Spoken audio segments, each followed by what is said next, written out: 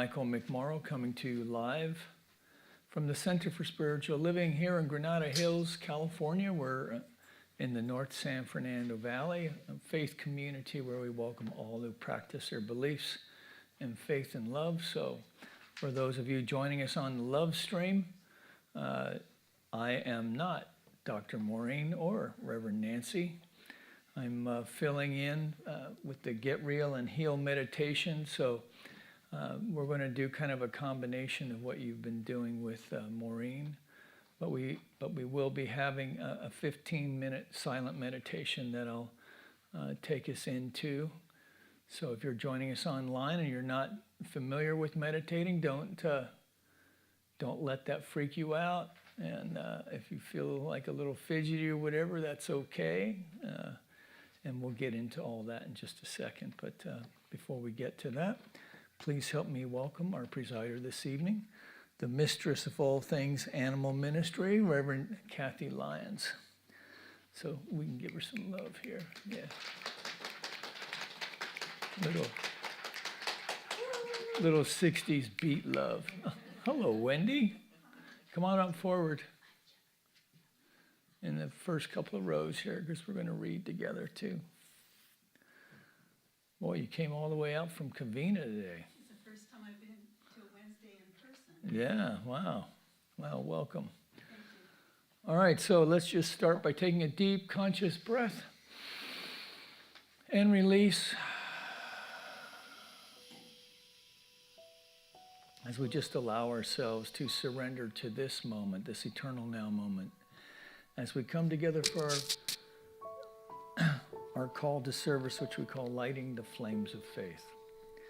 And we perform this ceremony to promote the universal consciousness of life, which acknowledges that all peoples, all faiths, all sentient beings come from the one great universal presence, which we call spirit. Now, fundamental to this truth is the unifying nature of all religious thought and experience, which we honor here this evening. So as Reverend Kathy lights the first candle, it's for the Tao, honoring the universal path of harmony and equilibrium, the natural way. The second candle we light for shamanic traditions, honoring the beliefs and practices of all indigenous peoples, the way of primal spirituality. We light the third candle for Hinduism, honoring the path of knowledge, action, and devotion. The fourth candle we light for Judaism, honoring the ethical path of living by sacred law. We light the fifth candle for all forms of Buddhism, honoring the Four Noble Truths and the path of compassion.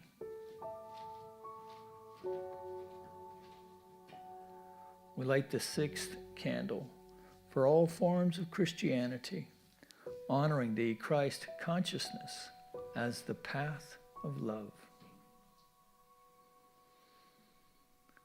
We light the seventh candle for all forms of Islam, honoring the path of submission to the will of God as the highest calling.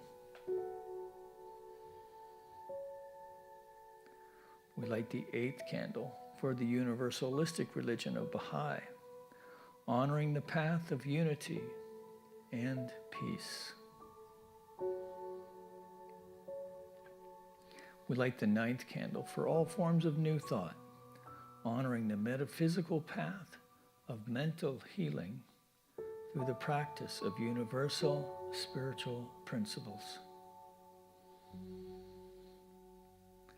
And the 10th candle we light for all those who are as yet unaware of the power and presence of spirit in their lives, and for the space we hold for them here in the sanctuary, within our online community, and of course within our own hearts.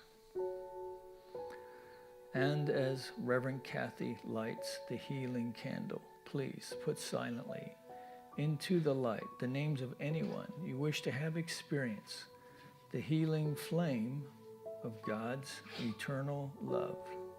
I'm thankful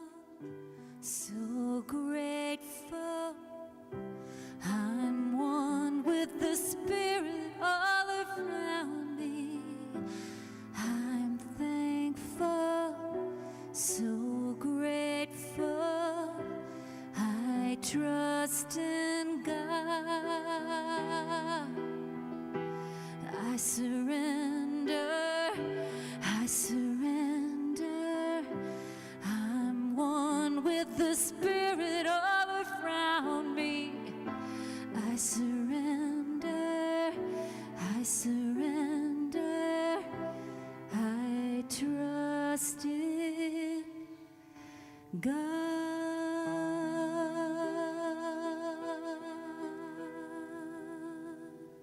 And so join me as I speak in the first person for each one here and online, anywhere in the world. How grateful I am to be here tonight and feeling that spirit within me, around me, and through me, as me, recognizing this presence, which is the presence of God, which is the presence of abounding love and guidance and direction and protection. And I'm one with this spirit within this one as I embody and I am love, guidance, direction, and protection. And so hereby proclaim that tonight is a perfect idea in the mind of God. As we meditate and have discussions, it's an opportunity to know and be acquainted with that presence of God, that presence of spirit, which is already within me and working through me as I open my heart and mind, knowing that whatever comes to me in my meditation, it's easily revealed, so I have guidance and wisdom and abounding love. I know right now that I'm always safe and protected because I'm always surrounded and infused and with this presence of loving presence of God, because I am the stuff that God is made of. And so deep gratitude, faith, trust, and conviction that I feel right now. I have immense gratitude that my words have spoken and they are to the law and cannot be returned void. As I let it be done, I let it be so. And together we say, and so it is. Good evening, everyone. Welcome. I'm glad Reverend Mike is back for Wednesday night to do some meditating. And I'm looking forward to the meditation because meditation for me is an opportunity to be an invitation for spirit, for guidance, for inner wisdom. And I think it's important to understand that we all have that presence within, that inner voice of wisdom. And so I know for myself, if there's something telling me intuitively to make a decision, to do something or be somewhere, to trust that, and to also trust not to do certain things. How many times, I know for me, I've taken jobs sometimes that inner voice of wisdom told me that isn't a right fit, and sure enough, I wouldn't stay there very long. Or relationships. Sometimes I've gotten into relationships and not left the relationships when I knew it was time, sometimes letting go. So I'm real aware that trusting in that inner voice of wisdom, meditating, just sitting quietly, so many things can be revealed. Of course, we do spiritual mind treatment to direct the law for perfect results that we want, but first, let that inner spiritual presence guide us. And so I'll close with a quote from Ernest Holmes, if I can get my phone working here. All the power of the universe is with you. Feel it, know it, and then act upon it as if it were true. So just know that whatever we want, whatever we desire, that we have that inner ability to create it, and so it is. And so now we have a few announcements. One of the things that on Sundays, the practitioners are available in the prayer treatment room, which is out in the lobby, for what we call a 5-minute tune-up. If there's something in your life that you'd like to heal, or you just want an extra boost of good in your life, have one of us treat for you. There's also a practitioners available. If you go to our website at cslgh.org,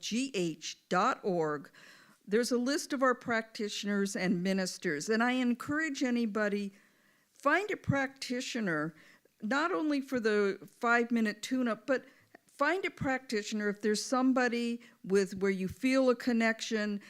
contact them and we can go more in depth about how spiritual principles and how prayer treatment can change your life.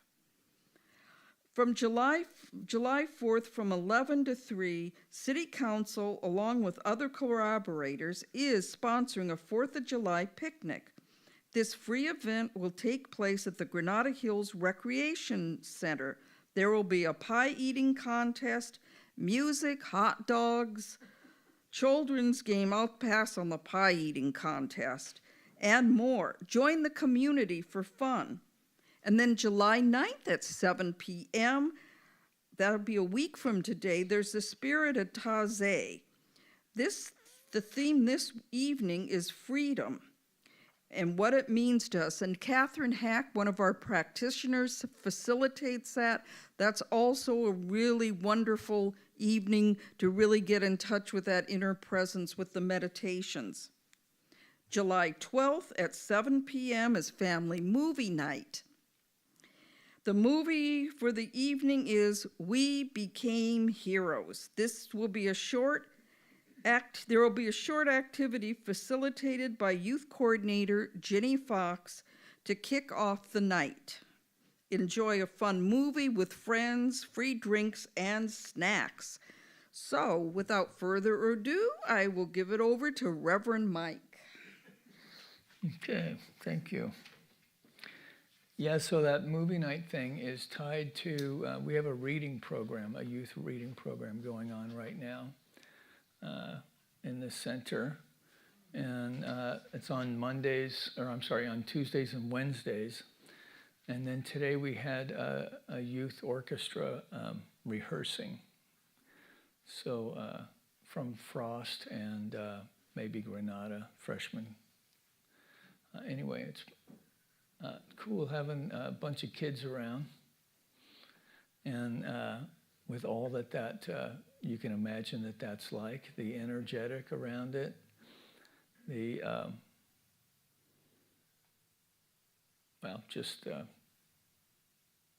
the creativity, the learning, the vibe. The teachers are great. The parents are grateful, and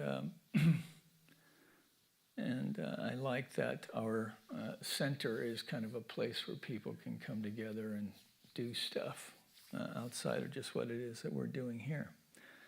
So the movie night is kind of an opportunity for the kids and their families and us to come in and just hang out. And I don't know what Jenny's got planned, but we'll have snacks and maybe popcorn, and the movie will be shown up here, and the air conditioning will be on. Wahoo! So I've been joining you guys online. So some of you have been regular for the discussion groups, right? Yeah. So some of you I haven't seen, but I've recognized your voices. And so I know that you kind of have a thing about doing that, which has been a departure from the meditation service that I was doing through COVID, and I guess before that even. So what I thought I would do is, because you're used to reading and sharing and participating, I think what we'll do is I'll kick us off on the reading, and then Ian's got us set up with a microphone. So the microphone is more so that the people at home can hear you. And if you're not comfortable reading, the pressure of reading aloud, which, I totally get that, you can just pass the microphone on to the next person. And so for those of you in the back, you'll have to move around a little bit. And I don't know how much of this we're going to read, because so for those of you at home, you'll just have to listen to what we're talking about. But this is from the book, How to Use the Science of Mind, which those of us who've been in practitioner training, this is one of the books that we used years back. I don't know if they still use it or not, but it's a fantastic book. based on the teachings of Ernest Holmes. In fact, Holmes wrote a lot of it, if not all of it. And this particular chapter is called the relationship of the patient to the practitioner to the patient. Okay, but I've retitled that. So, because it's really about the relationship of myself to the world. And, you know, it's been very chaotic, well, the last several years, but certainly for this year going into the summer now. There's just been a lot of stuff going on. And, you know, how do we make all that sit spiritually? How do we make it, you know, how do we reconcile what we see going on in the outer world to the teaching? How do I reconcile the way that I feel and how stirred up I get around, you know, however you, I don't even care what your opinion is. Everybody is stirred up about it. What does that mean? And so in looking around for, and for me as someone who is leading a faith community, what does that mean for me as a leader, for myself, you know, as an individual? And how do I, well, number one, first, do no harm. And two, maybe provide something helpful to navigate our way through that stuff. So I came upon this reading. And is the microphone up here, Ian? Okay. So I'm going to get us started here. So the relationship of myself to the world. And I stapled it wrong also. So that was me, not Danny. All right. So my relationship of myself to the world, the spirit of both the patient and the practitioner. Okay, so right off the bat, who's a practitioner?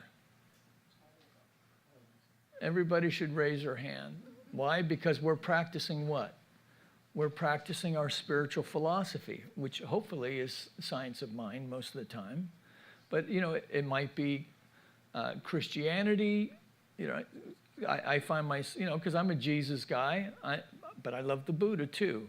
I like aspects of Hinduism.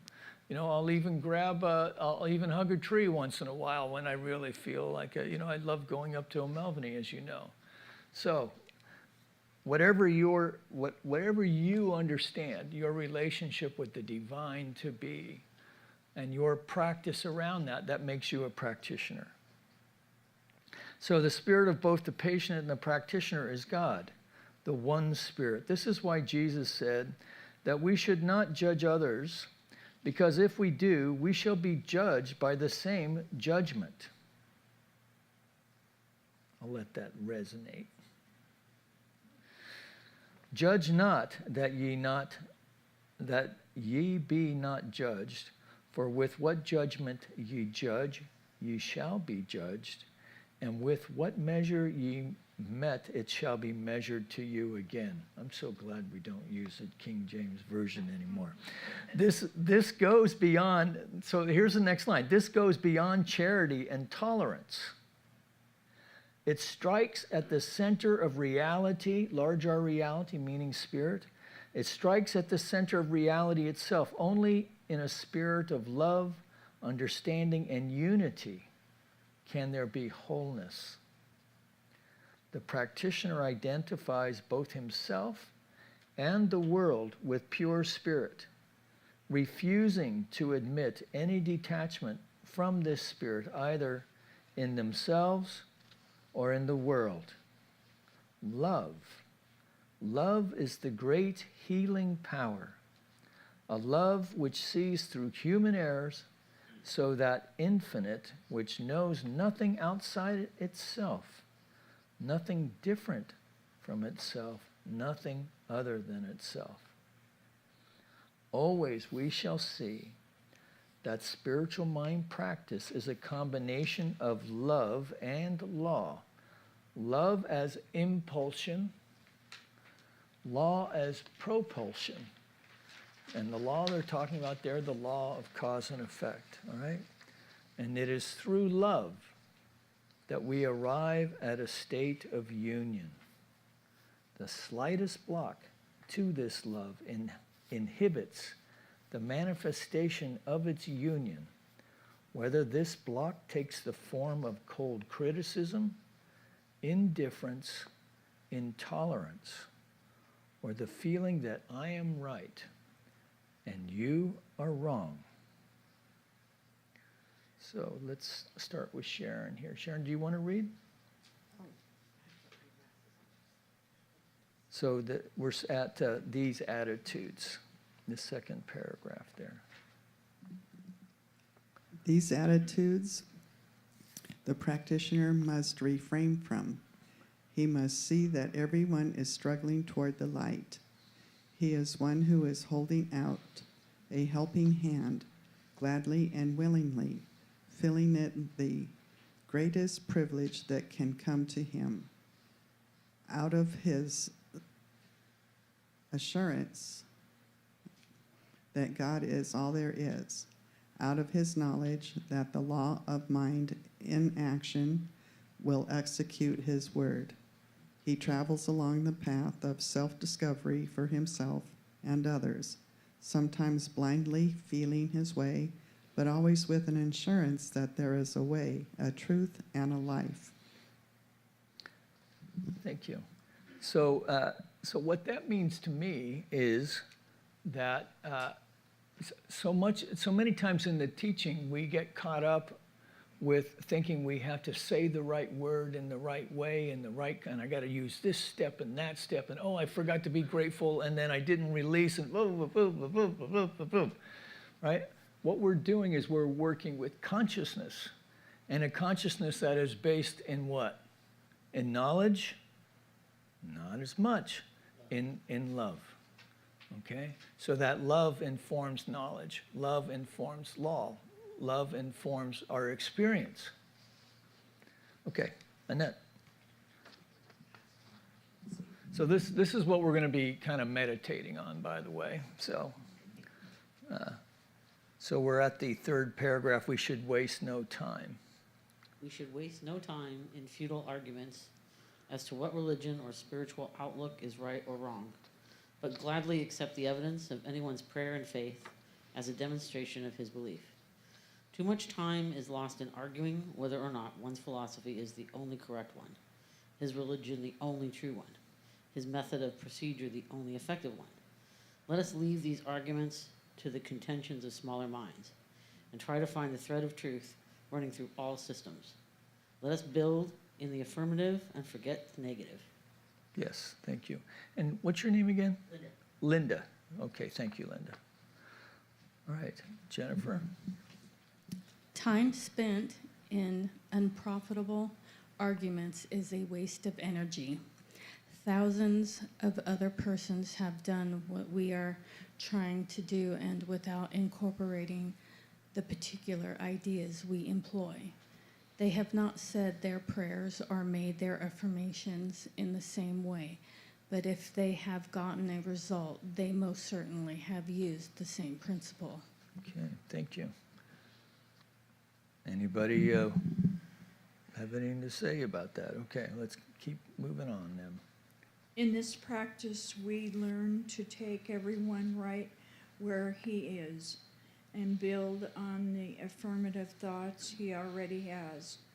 We should teach him to employ his faith in most simple and direct manner possible to him. Gradually, we can point out that his faith is built on the same principle we are using. In this way, we more quickly gain cooperation, remove the differences of opinion produced by useless argument, and avoid the clash of ideas. We shall also be employing an attitude of non-resistance. We shall be seeing through the differences to the sameness. That's a deep thought right there. So let's can we get a male voice in here? Let's get Peter in there in the back. Are you up for reading, Peter? Try. Oh. I've been on the computer, so my eyes are a little blurry. Okay. I'll try. All right. So, Run this back. So starting with in practical application on 111 there. that paragraph. Yeah.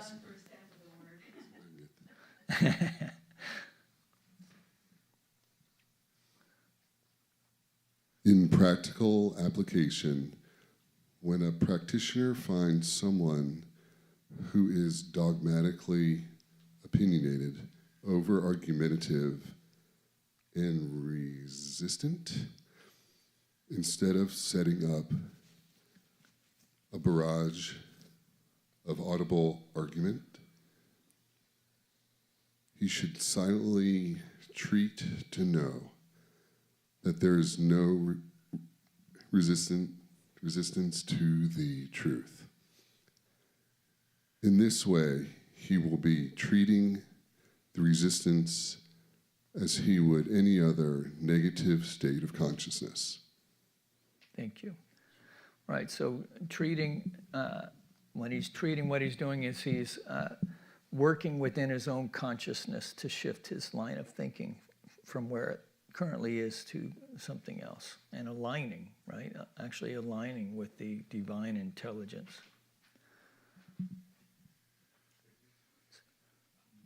So in doing this, there should be no sense of antagonism in the thought of the practitioner. He is seen through the differences of opinion with the same clarity of thought that he uses in seeing through any other discord. Should his work stop or continue in the field of contentious argument, he will merely be accentuating the differences of opinion. yes, so maybe you've noticed this in your meditations currently in the current state of affairs. Yes, please, Wendy. Sorry, Wendy. All right. This calls for tolerance and love, sympathy and understanding. As a surgeon sets a broken bone with no personal opinion about his patient, seeking only to help him, so the spiritual mind practitioner readjusts thought with the same flexible tolerance and desire to be helpful. Susie, do you want to read? Yeah. A practitioner who argues with his patient is a poor practitioner, Yes. unless he can resolve arguments through silent treatment. How is he going to get through to a place of acceptance?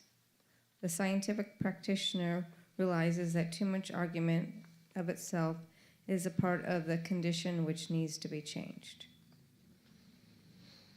All right, and Reverend Kathy. The cold statement, "You are already perfect and the only thing wrong with you is your own false belief," will never heal. It will arouse antagonism and conflict, which will reflect back and forth subconsciously between the mind of the practitioner and the patient.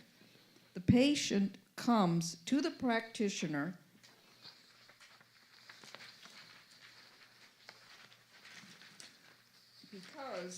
because he is sick or because he is going through some discord or an unhappy experience.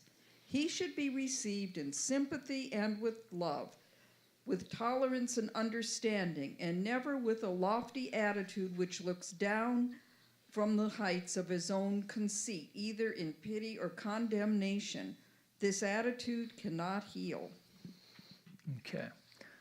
So if you've had any thoughts around any of this stuff, I would encourage you to just kind of jot them down for a moment, because we're going to stop reading here in a minute. But you can take this home with you because it's got good stuff. All right, and then we'll close with this one idea, that absolute sincerity is called for in spiritual mind treatment. No matter what we say audibly, the delicate mechanism of the mind will detect the slightest degree of insincerity.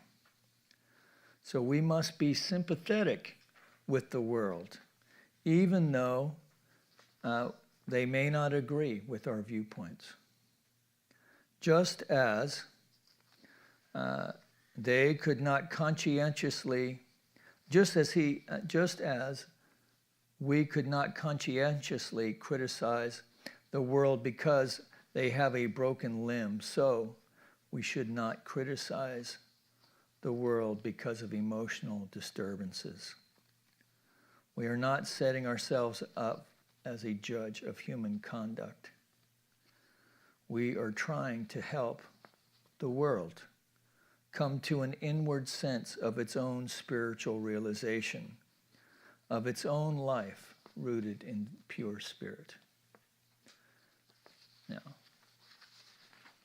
that's a pretty high bar, yeah? So that'll give us something to chew on in our meditation this evening.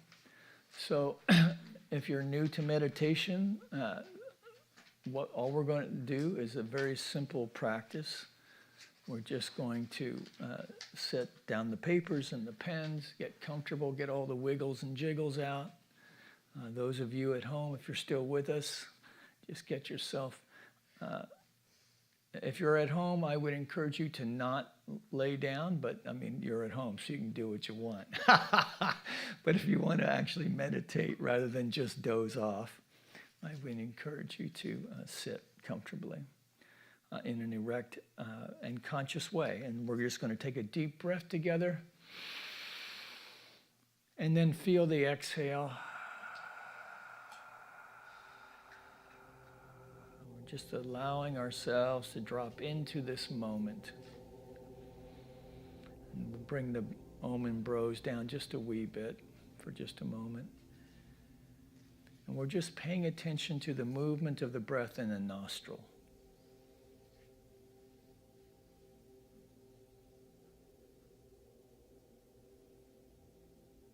And so I'm going to keep track of the time for you. We're only going to go 15 minutes. I won't keep you here all night, I promise. And so the gift in that is that you can just focus on the movement of the breath in the nostril.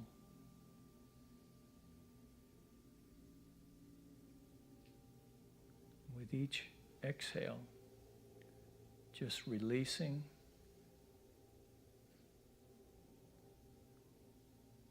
thought,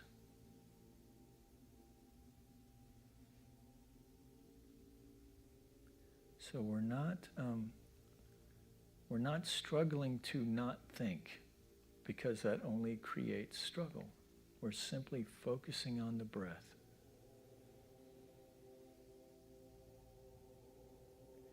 You'll find as you do that, the mind begins to still.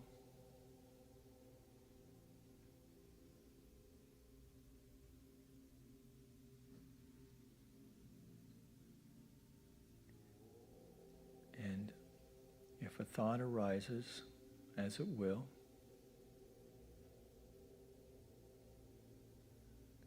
we can breathe into it and feel the release. Simply go back to the breath.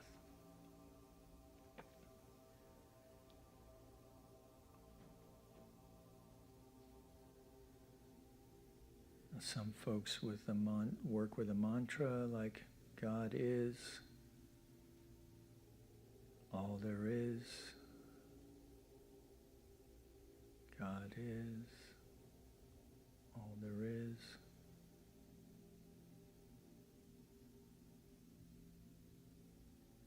But I just like to work with breath.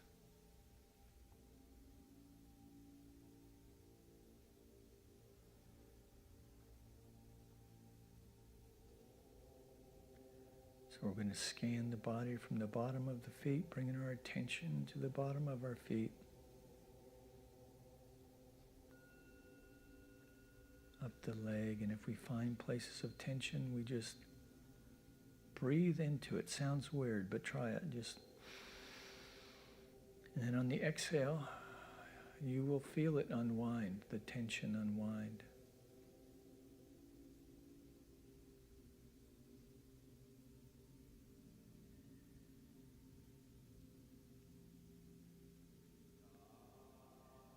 Up into the knees.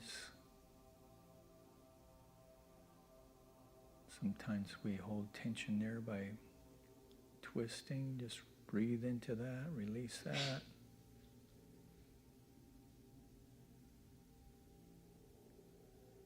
Into the glutes,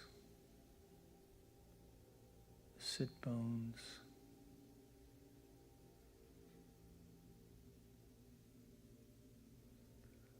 and the lower back. So let's take a deep breath and just feel the release of the lower back. Taking a deep breath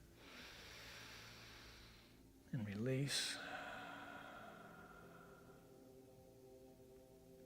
Now the belly's just rising and falling easily.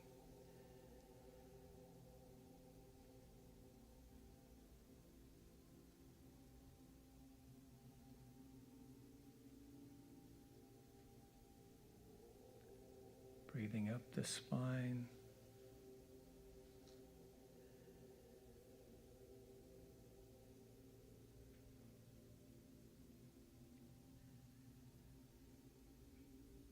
Maybe feeling a lengthening of the spine as we bounce the head over the neck over the spine over the sit bones.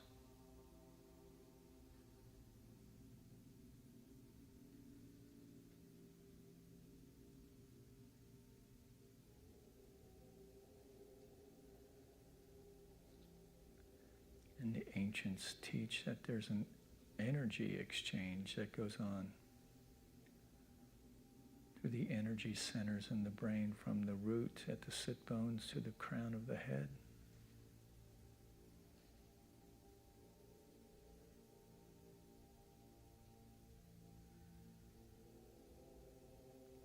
Staying with the breath.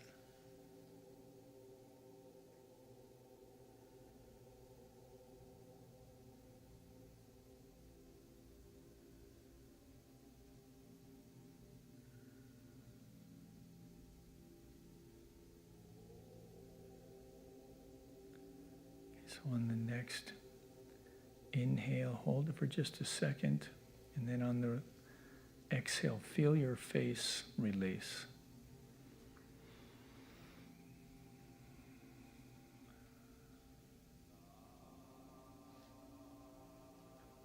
Cheeks, lips,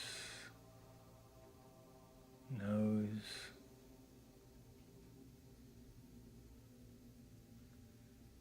focusing again on the nostril.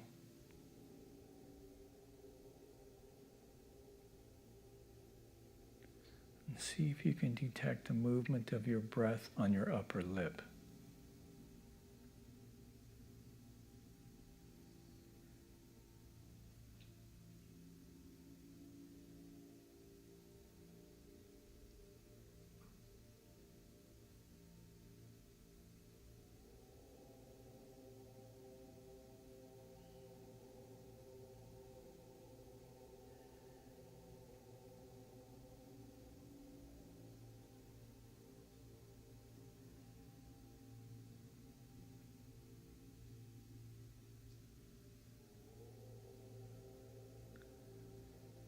Taking one more deep breath together.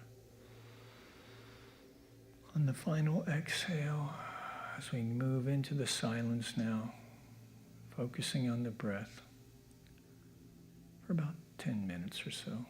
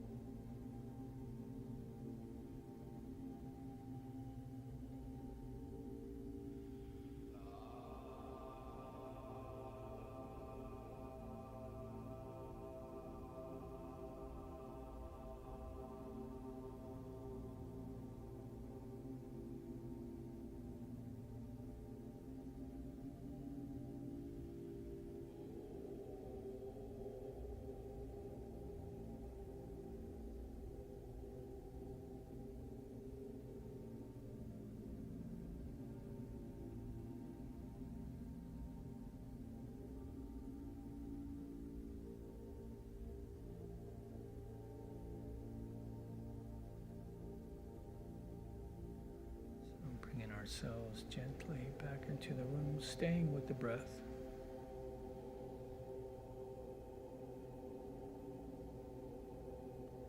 Staying within this vibration, this energetic of union, of unity.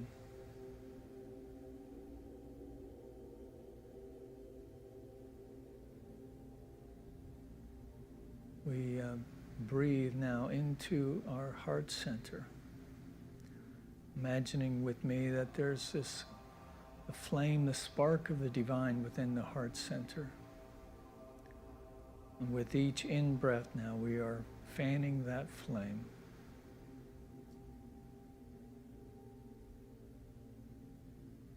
This flame now growing to a ball of brilliant white light, the Sacred Heart within, expressing within the heart of each person here or online or in the future. And we are allowing this ball of light now to expand with each in-breath.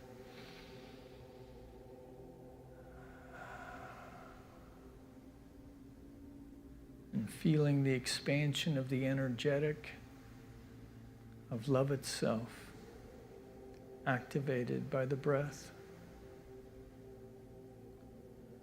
and by our conscious allowing of its free expression, that it is the light of the divine within,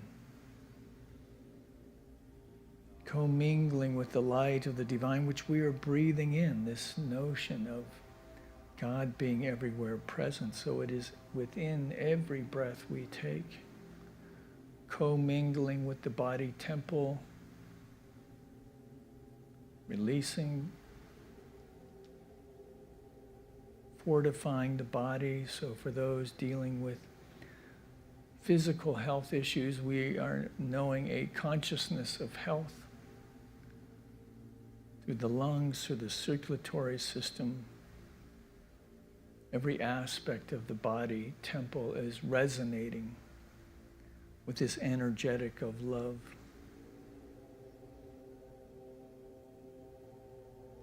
So that we're feeling this field of love extending now beyond our personal boundaries. And so within our heart, we're bringing those who we may be in relationship with, either as a partner, or children, or parents, whatever. They're gathering them into this light, staying with the breath. And now this light of love extending even further out, now commingling with our fellows here in the sanctuary, and even those joining us online. We are knowing there is a field of light and love. It is the essence of healing, or it is a consciousness of the divine being recognized and realized as we know our conscious union with it. And so for ourselves or for our friends, for any challenges may be experienced, that we are just breathing into that and releasing them, any sense of financial discord within the body temple. Take a breath, release that. Any sense of fear over uncertainty or lack of control, breathing in that. Feel the release in that. So from this place of conscious union with the one, with ourself, with our fellows, and we are knowing that there is but one power, one presence, one source, one light, one life. It is a living intelligence. It is truth, beauty, light, wisdom, power, joy. So all that God is in this cleared consciousness that we have cultivated here this evening, we are allowing those aspects of the divine to be realized consciously within ourselves. From this place, we connect with that point of power within ourselves. That place of knowing that all is well. For I am one with the Spirit, and the Spirit is one with me.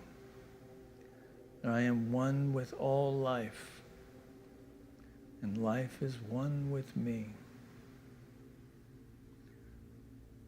So from this place of conscious unity with the Spirit as we understand it to be, we know that all is set right, that the crooked ways have been made straight, that the path to healing is already in place, that there's an inflow of prosperity in all of its forms, that there's love in abundance,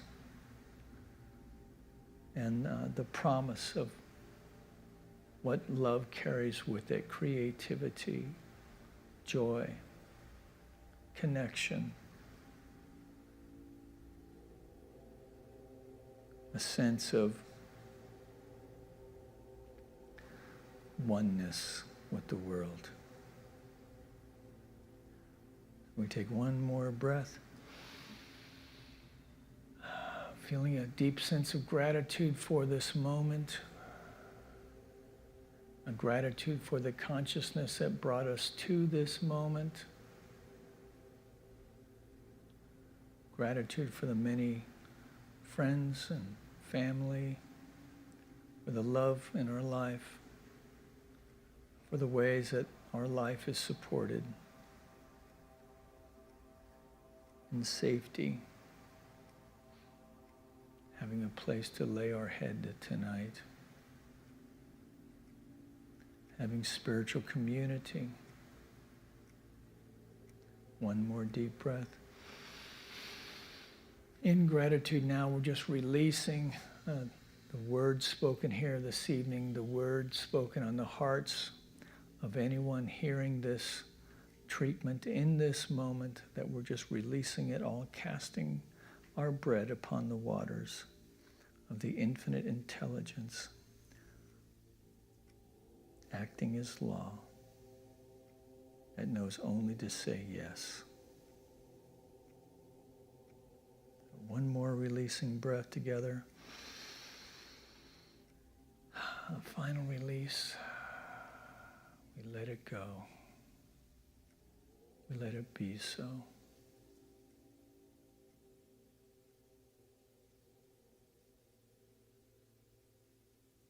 So it is.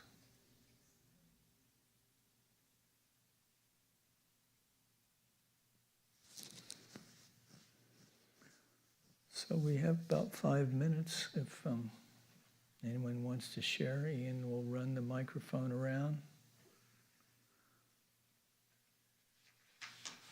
If anyone felt anything to share, meditation experience. Yes, Wendy? Just in general, I always enjoy your meditation.